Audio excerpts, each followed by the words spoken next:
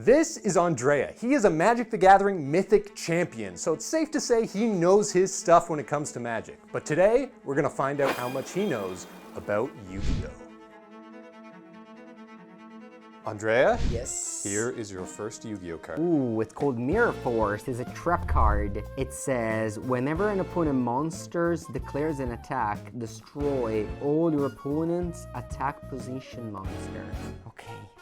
So what happens is that you put this face down. That's how trap cards work. Yeah. And then whenever your opponent attacks, you can flip this up. You put it face down, and then you wait until their turn. You can activate it now, but you have to wait until they declare an attack, and that's the timing window that you're able to flip it up and destroy all of their stuff. So I'm gonna say that this is a type of card that destroys all the attacking creatures. Yep. In Magic, sometimes creatures already have an ATB effect, an enter the battlefield effect, or a whenever they attack type of effect. So you would only be destroying creatures. Maybe it's not very good. So I'm gonna say that this is a stinker. Andrea? This is in fact a stinker. Yes. This is a very, very old card, and sadly, the way Yu-Gi-Oh! Works nowadays, it's been quite heavily outpaced. The problem with it is if it's a card that on your first turn of the game, you're just setting face down and then passing over to your opponent before you can even use it, that's one less card that you can use on your turn, basically.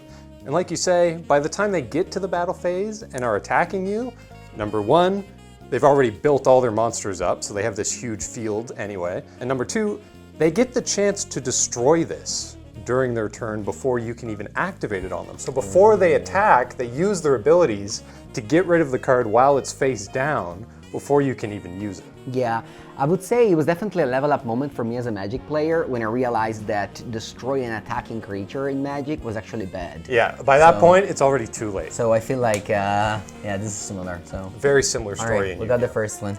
All right, here's a bit of a newer card. This is what we Yu-Gi-Oh! Players like to call a hand trap. Take a look at DD Crow. DD Crow, well, it costs 1 mana, so. That is the level of the monster, the stars at the top. Yeah. So the level in this case is not very relevant. If it's 4 or less, it means you can normal summon it on your turn without tributing. Yeah, so it's 100, and it says quick effect. Does that mean like flash? You can play in your opponent's turn? Quick effect is, yeah, it's like flash. It's like Okay. instant speed, I guess, in Magic. You can discard this card to the graveyard, then target one card in your opponent's graveyard, and you can banish that target. So it would be like a instant way of exiling a card from your graveyard. Exactly. Okay, now obviously in order to understand this card, I need to know how relevant graveyard is. In Magic, there's older format, and from my understanding, Yu-Gi-Oh! It's all older format, all right? You played Vintage most of the time, so which is, you know, most old cards. I've never played Yu-Gi-Oh!, but I know that in Yu-Gi-Oh! It's every card that's ever existed is legal unless it is on the ban list. That is the advanced format. It just has a ban list, and you can use any card other than that from 25 years ago if you want to. Yeah, in Magic it's much different. You have many formats, but the older you get, the more the graveyard is relevant. So I'm gonna say that this card is actually very good because graveyard is very good in Yu-Gi-Oh! Andrea?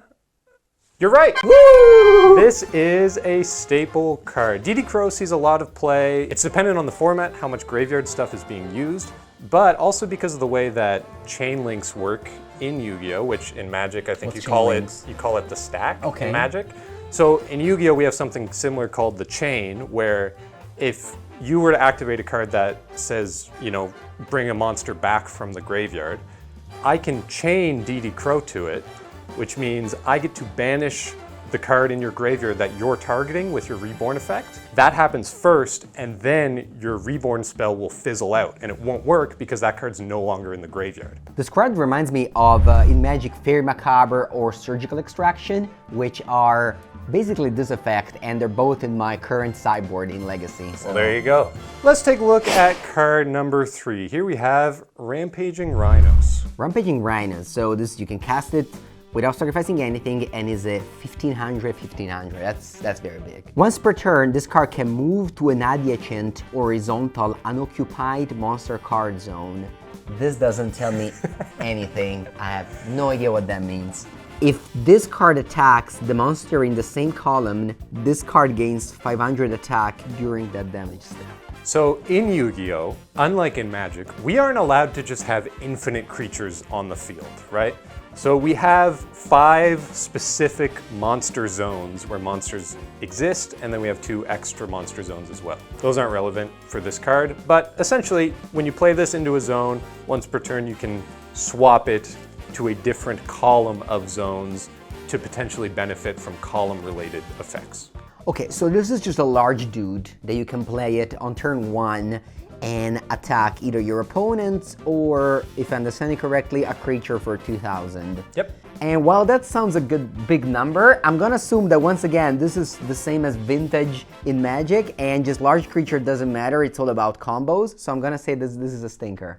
Rampaging Rhynos is in fact a stinker! Yes! Yes! You're very right, it can attack for 2,000. So what? If that's your end plan for your first turn of a Yu-Gi-Oh game, something has gone terribly wrong, because you should be doing much, much more than just attacking something for 2,000. Yeah, I don't even know how much life you start with, but 2,000 is infinite. Magic we have 20 life. Yeah. But I'm gonna assume it's not very large. 8,000 starting life. Yeah. So 2,000 you're attacking into something, which means they're already taking less damage than that. So yeah, this is not enough of a benefit to be worth the 1 normal summon that you get per turn.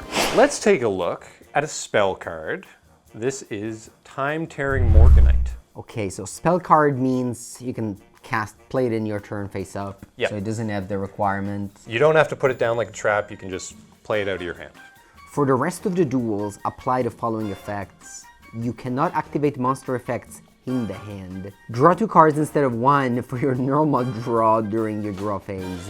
That's pretty good. You can conduct 2 normal summons per turn, not just 1. You can banish this card from your graveyard, then discard 1 Time Tearing Morganite. Your opponent cannot activate monster's effects when you normal summon this turn. Okay, so let me get this straight. You can't use effects, which I don't know what it is. I guess DD Crow is an effect? Yes, so cards like DD Crow that say you can use this from your hand, discard it from your hand to do something, you won't be able to use those kinds of effects for the rest of the game after this resolves. But you could play 2 normal summons per turn, like Rampaging Rhynos here is a normal summon, right? You get to do 2 of those per turn, and you draw 2 cards at the start of every turn from now on. Yeah, and you exile this forever.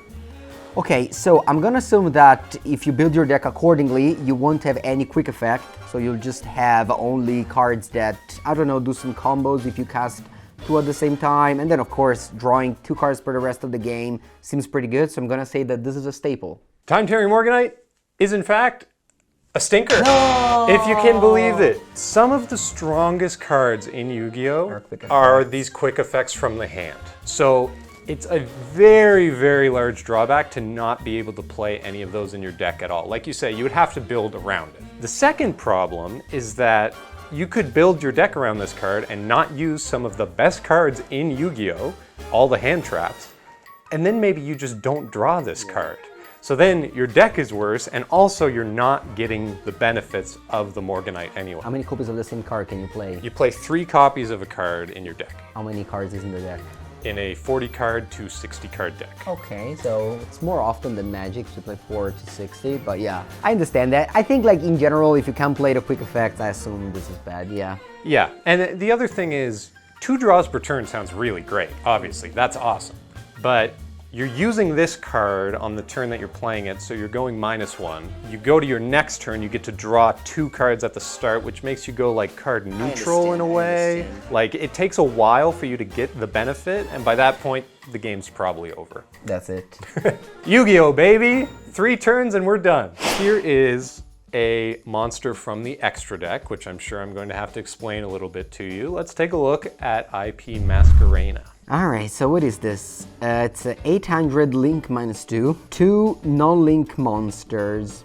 What does that mean? So this is a link monster, which means it comes out of your extra deck, which is a 15 card deck that exists outside your main deck. And all you have to do is meet the summoning requirements, and you can use any of the cards in your extra deck. So for this card, if you have 2 non-link monsters on the field, like 2 Rampaging Rhynos, you just put them to the graveyard and you get to bring this out. For free. For free, quote unquote, the cost being the 2 monsters. Yeah, but you don't have to have it in your hand. Yes, exactly. During your opponent's main phase, you can quick effect Immediately after this effect resolves, you can link summon one link monster using materials you control, including this card. You can only use this effect of IP Masquerena once per turn. A link monster use this card material cannot be destroyed. I didn't understand anything. Okay, essentially what this So is... you sacrifice two things, you get sacri- this in play. Yeah. You sacrifice 2, you have IP Masquerena on the board now. So you pass it over to your opponent's turn. Masquerena's quick effect essentially makes it so that you can do a link summon, just like you used to bring her out, during your opponent's turn. So you play a card, and I can decide I want to use Masquerena's effect, I use her and maybe another monster I have, and I bring out a new link monster from my extra deck. Okay, so it gives your extra monster flash, basically. Yeah, But essentially. you're spending a lot of cards. I mean, it depends how important is it to interact with your opponent at instant speed. I'm gonna say that still, that's just... you're sacrificing so many cards, but maybe interacting in these formats is so powerful. Like, in Vintage or in Legacy, the old formats, we have Force of Will, which is like a free effect that neutralizes the opponent card, and that's never been reprinted. So I'm gonna say that this is similar to that, so despite this looks like a stinker, it's actually a staple. Looks like a stinker is in fact a staple. And I'll explain to you why this is a staple. You're very right that instant speed interaction is pretty important in Yu-Gi-Oh! A big benefit of Masquerena is similar to DD Crow, is you activate an effect that says, I'm going to destroy your Masquerena. I can chain the effect of Masquerena to remove her from the board, use one of my other monsters as well, get something new out of my extra deck. So your effect will fizzle because she's not on the field anymore, and I get some new big monster that you now have to deal with, but you wasted a card that missed the Masquerena, essentially. Final choice, this is Pot of Prosperity. Okay, I know Pot of Greed. This is a retrain of Pot of Greed, essentially. Like, they have a whole family of cards that are the pot cards, and this is one of them. Pot of Greed draws 2 cards. Is it legal or is it banned? Pot of Greed has been banned pretty much since the game came out. Yeah, I remember that. Yeah. So you can banish 3 or 6 cards of your choice from your extra deck face down. So you start from You have 15 to 12 or 15 or 9. Yeah, you have 15, yep. For the rest of this turn, after this card resolves, any damage your opponent takes is halved. Also, excavate cards from the top of your deck equal to a number of cards banished. I'm gonna assume excavate means exile? Excavate just means you reveal them and then you do something with them afterwards. Okay. Add 1 excavated card to your hand. Place the rest at the bottom of your deck in any order. You can activate 1 Pot of Prosperity per turn. You cannot draw cards by this effect. Okay, so you play this. You exile 6 of your for free pile, basically. Yep. You look at the top 6 cards and you put it in 1 in your hand. Also, if you deal your opponent some damage, you deal less. This card reminds me in Magic something like Impulse or just effects that would just help the consistency of your deck. But I'm gonna assume if this card was a staple and you really relied on your extra deck, that your extra deck is actually important. So just digging is not as important as your extra deck, so I'm gonna say that this card is a stinker. Pot of Prosperity, a stinker. I think you just gave me a thumbnail because this is a staple. Oh, no. This is one of the most important cards in Yu-Gi-Oh! In recent years. Purely, you were so close, so close. The consistency is so important in this card.